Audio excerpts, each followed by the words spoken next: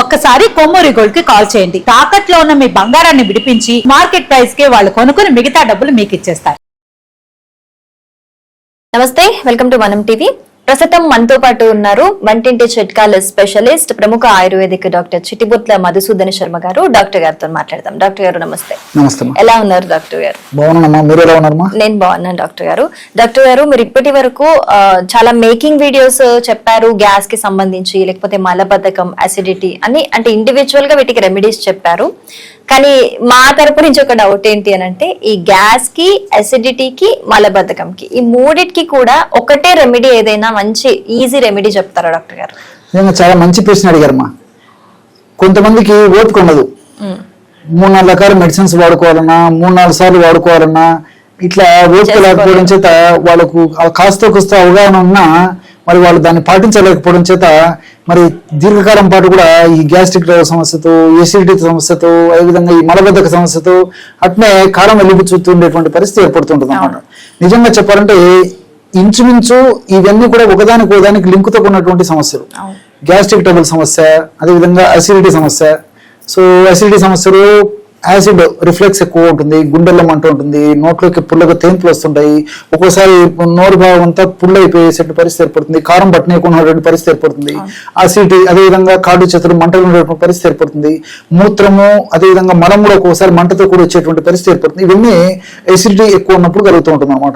అదేవిధంగా ఈ gastric trouble సమస్య అంటే అందులో ఒక భాగమైనటువంటి ఈ యొక్క గ్యాస్ట్రిక్ ట్రబుల్ సమస్యలో ఎలాంటి పద్ధతి లక్షణాలు కలుగుతాయంటే, కడుపు నొప్పిగా ఉండడము, వికారంగా ఉండడము, ఆకలి లేకపోవడము, తీసుకున్న ఆహార పదార్థం అరగకుండా ఉండడము, కడుపు గట్టిగా ఉండడము, అదేవిధంగా మరి మోషన్ సరిగ్గా కాకపోవడము, ఒకవేళ 2-3 సార్లు మోషన్స్ అయ్యేటువంటి పరిస్థితి ఏర్పడము, అయినటువంటి మోషన్లు కూడా వాసన ఉండడము, అపానవాతం, దీన్నే ఫ్లాటస్ అని చెప్పేసి ఉంటుండడం, మలద్వారం ద్వారా విపరీతంగా శబ్దంతో కూడినటువంటి ఆ యొక్క వాయువు పోతూ ఉండడము, అంతేకాకుండా మరి అపానవాతం కూడా స్మెల్ తో కూడినటువంటి పరిస్థితి ఏర్పడము, మోషన్ స్మెల్ ఉండడము, ఒకటేమిటి అనేక రకాలైన లక్షణాలు కలుగుతుంటాయి.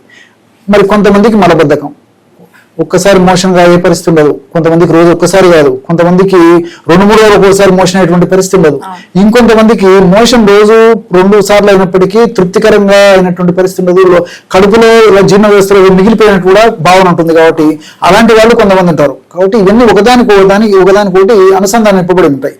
కాబట్టి మోషన్ ఫ్రీగా అయితే ప్రేగుల్లో మరి ఆ యొక్క చెడు పదార్థం అంతా పోయేసరికి మరి అసిడిటీ సమస్య కానీ, అదేవిధంగా మరి గ్యాస్ట్రిక్ సమస్యలు కానీ రాకుండా ఉండేటువంటి పరిస్థితి ఏర్పడుతుంది, వచ్చిన త్వరగా తగ్గిపోయేటువంటి పరిస్థితి ఏర్పడుతుంది. అవి ఉన్నప్పుడు మరి వాటి యొక్క లోపల అనారోగ్య పరిస్థితుల్లో మోషన్ సరిగ్గా కాకపోయేటువంటి పరిస్థితి ఏర్పడుతుంది.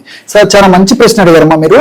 మంచి రెమెడీ చెప్తాను చూడండి. ఒకటి డాక్టర్, దీనికన్నా ముందు ఇంకో చిన్న డౌట్. కొంతమందికి గ్యాస్ట్రిక్ ప్రాబ్లం వల్ల కావచ్చు, పులుపు తింటే పడదు వాళ్ళకి. పులుపు తింటే, చింతపండు లాంటివి తింటే కనుక ఖచ్చితంగా స్టమక్ పెయిన్ వస్తూ ఉంటుంది. ఇంకొంతమందికి పులుపు తింటే కొన్ని నొప్పులు వస్తూ ఉంటాయి. అంటే అది గ్యాస్ట్రిక్ రిలేటెడ్ అంటారా? అంటే గ్యాస్ట్రిక్ ప్రాబ్లం ఉన్న వాళ్ళు పులుపును అవాయిడ్ చేయాలంటారా? తగ్గించుకొని వాడుకోవాల్సిన పరిస్థితి ఉంటుంది.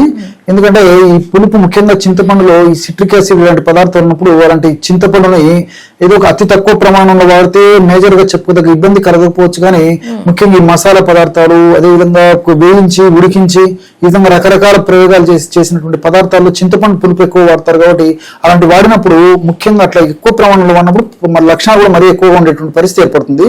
ఆ చింత పులుపు మనం ఇంటర్లో పోయినప్పుడు ఏం చేస్తుందంటే, దాంట్లో ఉన్నటువంటి యాసిడ్, ఇతర రసాయన పదార్థాల యొక్క ప్రభావం చేత జీర్ణ వ్యవస్థ ఉన్నటువంటి ఈ మ్యూకస్ పొరను బాగా ఇరిటేట్ చేయడం వల్ల ఆ జీర్ణ వ్యవస్థలో మ్యూకస్ పొర ద్వారా ఉత్పత్తి అయ్యేటువంటి వివిధ రకాల ఎంజైమ్లు కానివ్వండి, అదేవిధంగా ఈ హైడ్రోక్లోరిక్ యాసిడ్ అనేటువంటి యొక్క యాసిడ్ కూడా ఎక్కువగా ఉత్పత్తి కావడము, ఈ యొక్క ప్రభావం చేతనే మరి మీరు చెప్పినటువంటి అసౌకర్యం కడుపులో కలిగేటువంటి పరిస్థితి ఏర్పడుతుంటుంది.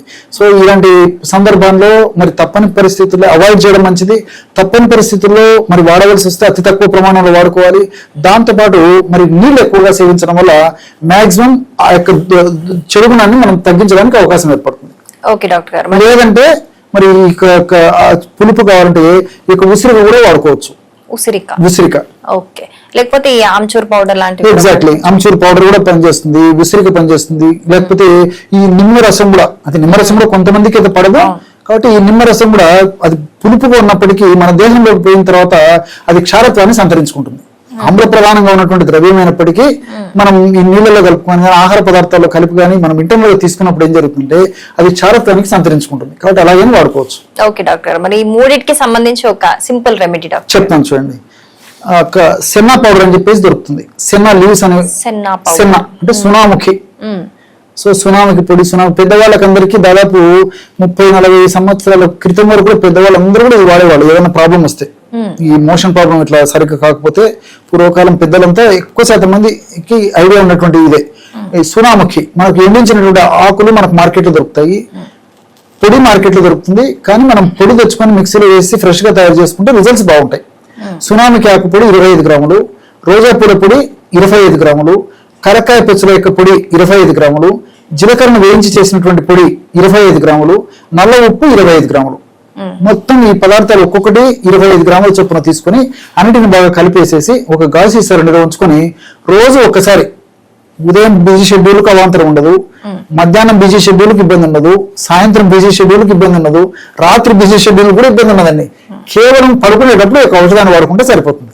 జస్ట్ నైట్ పడుకునేటప్పుడు అన్ని కార్యక్రమాలను ముగించుకొని మనం విశ్రాంతి తీసుకునేటప్పుడు ఒక 50 to 100 ml వాటర్ తీసుకొని ఆ 50 to 100 ml జస్ట్ ఒక పావు టీ స్పూన్, ఎక్కువ ప్రమాణం కూడా వాడకూడదండి.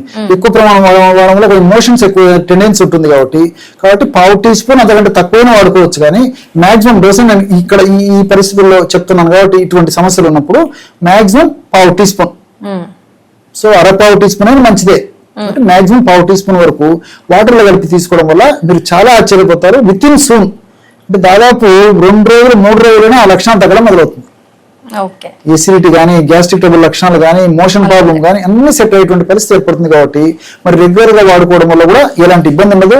మరి నియమబద్ధమైనటువంటి జీవన సరళి అనుసరించుకోవాలి, ఆహార విధి విధానాలు పాటించాలి. మరి మీరు అన్నట్లు ఇంతకుముందు కొన్ని వీడియోల్లో ప్రస్తావించినట్టు మానసిక ఒత్తిడి ఇలాంటి పరిస్థితులు ఉంటాయి. కాబట్టి అది కొన్ని మన చేతులు ఉండవు.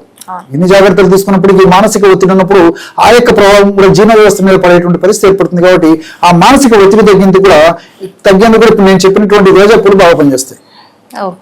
సో ఈ రోజా పూల పొడి అందుకే మీరు కలపడం జరిగింది అనమాట. కాబట్టి మల్టీపర్పస్ ఉపయోగపడుతుంది.